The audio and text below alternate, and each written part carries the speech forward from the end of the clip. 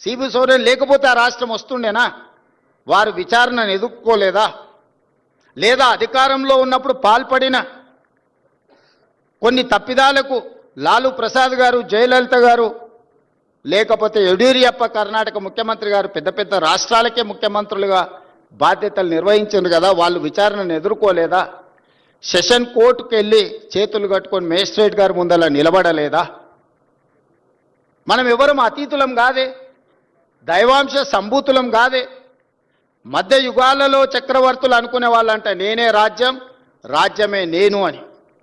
మధ్య యుగాల చక్రవర్తుల యొక్క ఆలోచనలను పక్కన పెట్టండి. ప్రజాస్వామిక దేశంలో ఉన్నాం. మధ్య యుగాల చక్రవర్తులు రాజుకు బాధ వస్తే రాజ్యానికి బాధ వచ్చినట్టు, రాజుకు సంతోషం కలిగితే రాజ్యమంతా సంతోషంగా ఉన్నట్టు మధ్య యుగాలలో చక్రవర్తులు అనుకునేవాళ్ళు. మధ్య యుగాల చక్రవర్తులు ఈనాడు కాలం చెల్లింది. ఈరోజు ప్రజాస్వామిక బద్ధంగా జరిగే విచారణలు ఎవరైనా ఎదుర్కోవాల్సిందే. ఆనాడు మీరు చేసిన తప్పిదాలు, కోదండరామ్ గారి తలుపులు బద్దలు కొట్టినప్పుడు ఒక్కసారైన ఉద్యమకారుడిని, తెలంగాణ రాష్ట్ర సాధనలో అందరినీ ఏకం చేసి నడిపించిన వాళ్లకు ఈ రాష్ట్రంలో ఇంత అవమానం జరగకూడదు వచ్చిన రాష్ట్రంలో అని ఒక్కసారైనా ఆలోచన చేసిండ్రా? వారు ఉన్నప్పుడు చట్టసభలలో రానిచ్చే అవకాశం కూడా ఇవ్వలే. ప్రజా పరిపాలన ఏర్పడ్డ తర్వాత వారిని శాసనమండలి సభ్యులుగా పెద్దల సభలో ఉండాలని పంపిస్తే సుప్రీంకోర్టు వరకు కేసేసి కొట్టేయించిన చరిత్ర మీది.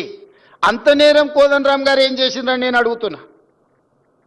నువ్వు ఇవ్వకపోతే ఇవ్వకపోయినా నీ నచ్చలేదు, నువ్వు ఇవ్వలేదు, నచ్చితే నజరానా, నచ్చకపోతే జుర్మానా, నీ విధానం సరే మంచిది, నీ విధానానికి ప్రజలు కూడా తీర్పు ఇచ్చారు.